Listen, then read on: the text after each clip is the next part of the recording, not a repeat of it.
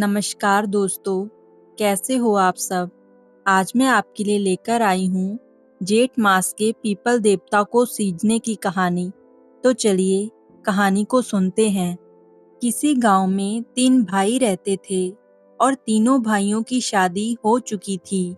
दोनों बड़े भाई बड़े ही चालाक थे, लेकिन उनका छोटा भाई बड़ा ही भोला और सीधा साधा था।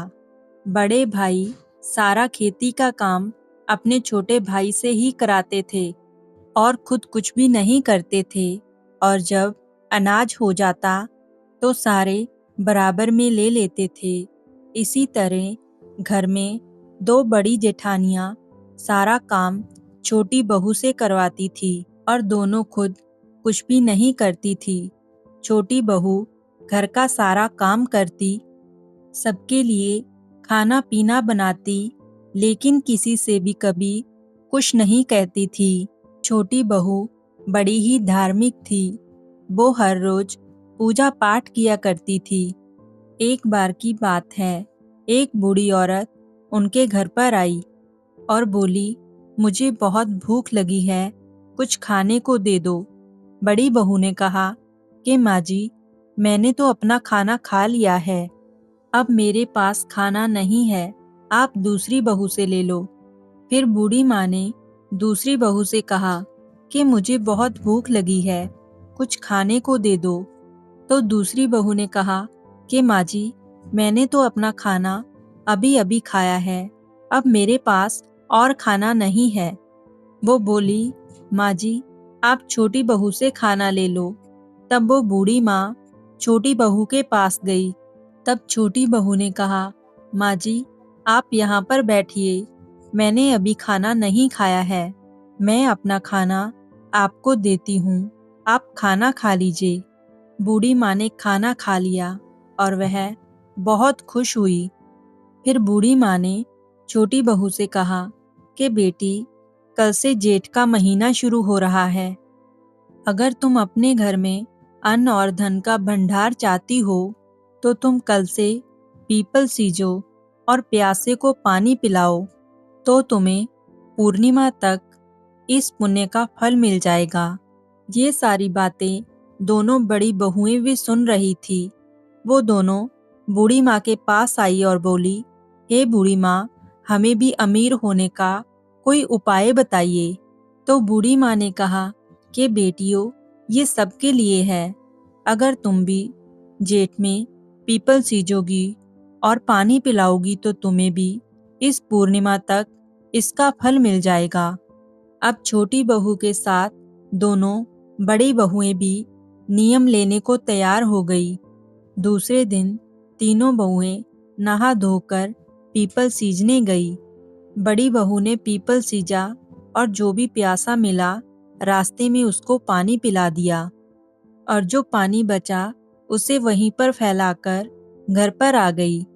दूसरी बहू ने पीपल सींचा और आने जाने वालों से कहा कि जिसको प्यास लगी है वो खुद ही लेकर पानी पी लो, मैं तो बहुत थक गई हूँ। और फिर बचे हुए पानी को वहीं पर फैलाकर घर वापस आ गई। छोटी बहू ने पीपल सींचा और पीपल सींचने के बाद वहीं पर बैठ गई और वहीं पर बैठी भजन कीर्तन करती रही, और जो भी प्यासा आता उसे खुशी खुशी पानी पिलाती। जब पूरा पानी खत्म हो जाता तो तभी वो घर पर वापस आती। इसी तरह पूरा जेठ का महीना बीत गया। जेठ पूर्णिमा की सुबह तीनों बहुओं ने अपना अपना घड़ा देखा तो बड़ी बहू के घड़े में 1-2 सोने के सिक्के थे और दूसरी बहू का घड़ा बिल्कुल खाली था, उसमें कुछ भी नहीं था। लेकिन छोटी बहू का घड़ा सोने के सिक्कों से भरा हुआ था। तब उन दोनों बड़ी बहुओं ने कहा कि हे भगवान, ये आपकी कैसी माया है? हम तीनों ने जब सेवा एकदम से बराबर की तो आपने फल देने में बराबरी क्यों नहीं की? हमें कुछ भी नहीं दिया और छोटी बहू को घड़ा भरकर सोने के सिक्के दिए। तब जेठ मास के देवता प्रकट हुए और कहा कि बड़ी बहू, तुमने जो दान किया है ये उसी का फल है। और दूसरी बहू, तुमने तो हर प्यासे से यही कहा कि मैं थक गई हूँ, खुद पानी ले लो और पी लो। तुमने तो कोई दान नहीं किया, इसलिए तुम्हें दान का कोई फल नहीं मिला और तुम्हारा घड़ा बिल्कुल खाली है।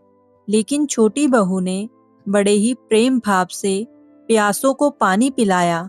जब तक इसका घड़ा खाली नहीं हो जाता था, तब तक लोगों को पानी पिलाती थी और हमेशा भगवान का भजन करती रहती थी। इसलिए इसका पुण्य का फल तुमसे ज्यादा है। तीनों बहुएं भगवान के पैरों में गिर पड़ी और दोनों बड़ी बहुएं भगवान से माफी मांगने लगी। दोनों बहुओं के पश्चाताप के आंसू देखकर भगवान को उन पर दया आ गई।